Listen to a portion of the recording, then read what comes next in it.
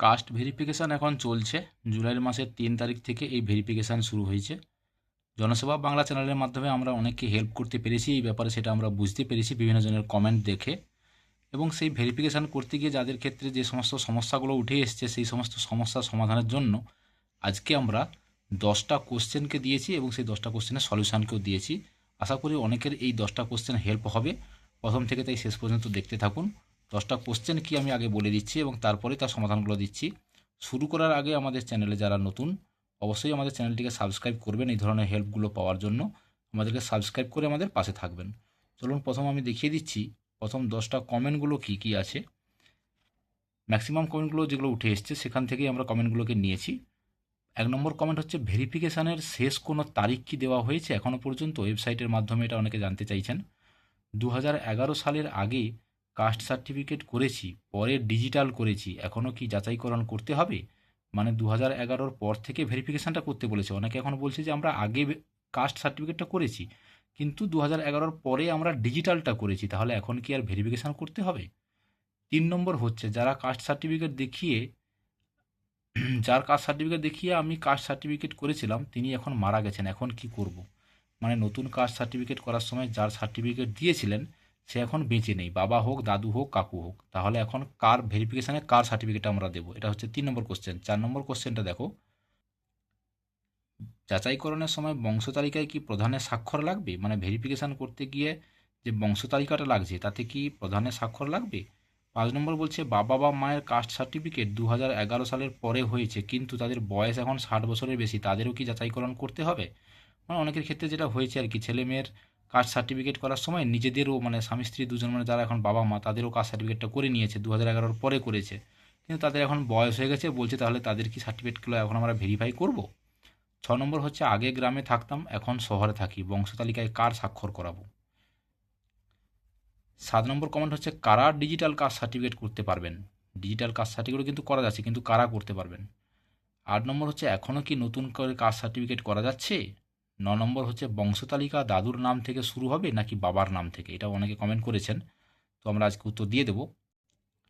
10 নম্বর হচ্ছে, আমাকে যাচাইকরণ করতে হবে কিনা বুঝবো কী করে? মানে ভেরিফিকেশান যে আমাকে অংশগ্রহণ করতেই হবে সেটা বুঝবো কীভাবে? আমরা আগেও বলেছি যে আমাদের এই জনসেবা বাংলা চ্যানেলে যে কয়েকজন আমরা হোস্ট করছি তারা সবাই রিসার্চ স্কলার, প্রত্যেকে পিএইচডি করছি, তাই যা কিছু বলবো আমরা রিসার্চ করে কনফার্ম হওয়ার পরে কিন্তু সব কিছু বলছি। তো আশা করি অনেকের হেল্প হবে। প্রথম কমেন্ট হচ্ছে, ভেরিফিকেশানের শেষ কোনো তারিখ দেওয়া হয়েছে কি না? ওয়েবসাইটে দেখতে পারেন, আমি ওয়েবসাইটগুলো আগে পরে দেখিয়েও দিচ্ছি। সেই ওয়েবসাইটে এখনও পর্যন্ত কোনো আপডেট হয়নি। আর যারা বলছেন ওই আগস্টের 30 তারিখ লাস্ট ডেট, ওটা আসলে কাস্ট ভেরিফিকেশানের লাস্ট ডেট নয়, ওটা আসলে অন্নপূর্ণা ভাণ্ডার অ্যাপ্লাই করার লাস্ট ডেট। ঠিক আছে, ওটা কাস্ট ভেরিফিকেশানের লাস্ট ডেট নয়। আশা করি ক্লিয়ার। 2 নম্বর হচ্ছে, 2011 সালের আগে কাস্ট সার্টিফিকেট করেছি, পরে ডিজিটাল করেছি, এখন কি যাচাইকরণ করতে হবে? তোমার সার্টিফিকেটটা যেহেতু তৈরি হয়েছে 2011-র আগে, তোমাকে এখন ভেরিফিকেশান আর দরকার নেই। এবারে তুমি যদি চাও যে তোমার ডিজিটাল সার্টিফিকেটে যে সিগনেচারটা দেখো ওটা এইচডিও অফিসারের হ্যান্ড রিটেনে লেখা, ওইটা যদি তুমি ভাবো যে আমি কম্পিউটার মানে সাইন করা যে সার্টিফিকেটটা নিতে চাই, তাহলে তুমি ভেরিফাই করলে পরের বার যে সার্টিফিকেটটা তুমি ওখানে পাবে তুমি নিজেই ওটা বুঝতে পেরে যাবে ডিজিটাল সাইন থাকবে। তার সুবিধা কী তার কিন্তু ভিডিও আমরা আগে দিয়েছি, সেটা দেখে নিতে পারো। 3 নম্বর হচ্ছে, যার কাস্ট সার্টিফিকেট দেখিয়ে আমি কাস্ট সার্টিফিকেট করেছিলাম তিনি এখন মারা গেছেন, কোনো সমস্যা নেই। ধরো বাবা বা দাদুর কাস্ট সার্টিফিকেট দিয়ে তখন সার্টিফিকেটটা তৈরি হয়েছে, এই মুহূর্তে হয়তো তিনি নেই, যদি তার সার্টিফিকেটটা থাকে তাহলে ওই সার্টিফিকেট তুমি দিতে পারো এবং সঙ্গে ওটা জানাতেও হবে যে এই ব্যক্তি এখন নেই। তখন হয়তো ওরা বলবে যে বংশ তালিকায় যার নাম দিয়েছো অন্য কোনো ব্যক্তি, তার একটা কাস্ট সার্টিফিকেট নিয়ে এসে জমা করো। ঠিক আছে। যাচাইকরণের সময় বংশ তালিকা কি প্রধানের স্বাক্ষর লাগবে? এটা এতদিন লাগছিল, এই বৃহস্পতিবার থেকে প্রধানের এই পাওয়ারটাকে নিয়ে নেওয়া হয়েছে, সরকার থেকে ঘোষণা করা হয়েছে, সেই জন্য প্রধানের স্বাক্ষর আর লাগবে না। অনেকে আবার বলছেন যে তাহলে কি আমরা এমএলএ স্বাক্ষর করে নিয়ে আসবো? কারোরই স্বাক্ষর লাগবে না, নিজেই সেলফ অ্যাটেস্টেড করে নিয়ে চলে যান, কোনো প্রবলেম হবে না। 5 নম্বর বলছে, বাবা বা মায়ের কাস্ট সার্টিফিকেট 2011 সালের পরে করা হয়েছে, তাদের বয়স এখন 60-এর উপর, ভেরিফিকেশানটা করে নিন। যেহেতু 2011-র পরে সার্টিফিকেটটা হয়েছে, ভেরিফিকেশানটা করে নিতে হবে, সে যত বয়সী হোক না কারণ কারণ পরবর্তীকালে আপনার ছেলে মেয়ে যখন হবে, যখন ভেরিফিকেশান করতে যাবেন তখন দাদুর বা ঠাকুমার চাইবে, তো সেক্ষেত্রে তখন একটা হেল্পফুল হবে, তাই না? আগে গ্রামে থাকতাম, এখন শহরে থাকি, কোনো সমস্যা নেই। শহরে যদি পার্মানেন্ট বাসিন্দা হয়ে গেছেন, পার্মানেন্ট বাসিন্দা বলতে ডকুমেন্টস যদি ওখানকার হয়ে গেছে, তাহলে ওখানকারই সাই স্বাক্ষর লাগবে, মানে যার সাইন টাইন করার ব্যাপার তার সাইন লাগবে। আর যদি ভাবেন যে আপনার অ্যাড্রেসটা চেঞ্জ হয়নি, গ্রামেরই আছে, তাহলে গ্রামের স্বাক্ষর লাগবে, এটা স্বাভাবিক। আচ্ছা, কারা ডিজিটাল কাস্ট সার্টিফিকেট করতে পারবেন, এইটা অনেকে কোশ্চেন করেছেন। আমি লাইভ দেখিয়ে দিচ্ছি একবার, দেখো ওয়েবসাইটে কী দেখাচ্ছে এইটা নিয়ে।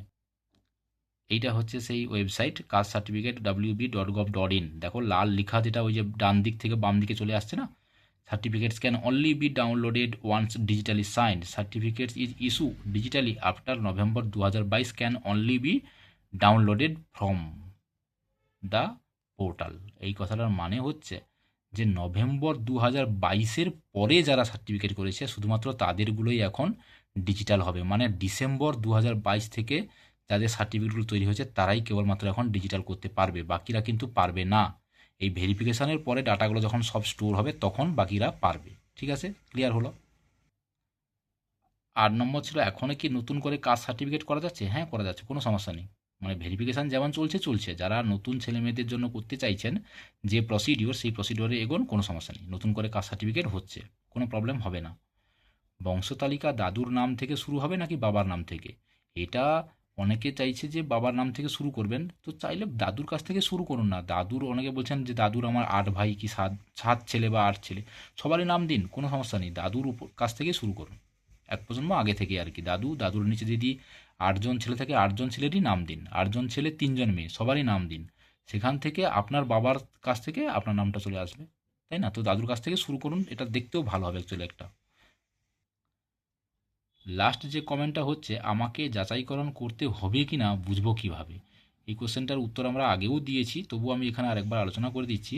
যে অনেকের বাড়িতে বাড়িতে গিয়ে বলা হচ্ছে, বিশেষ করে গ্রাম এলাকা যেগুলো, সেখানে কিন্তু পঞ্চায়েত অফিস থেকে লোকজন গিয়ে বলে আসছে। অনেকে আবার এখন যেটা কি করছে, সাইবার ক্যাফে গিয়ে, মানে তোমার পাড়ার যে সাইবার ক্যাফ সেখানে যাও, সেই সাইবার ক্যাফে গিয়ে জিজ্ঞাসা করো যে আমার একটা ভেরিফিকেশান করতে হবে কিনা, সে তাহলে স্ট্যাটাসটা চেক করে বলে দিবে ভেরিফিকেশান করতে হবে কি করতে হবে না। চাইলে তুমি নিজেও করতে পারো চেক করে। আমি সেই চেক করার জন্য পরবর্তী আপডেট পরের ভিডিওতে থাকবে, কীভাবে চেক করবে সেটা নিয়ে আমি বলে দেবো।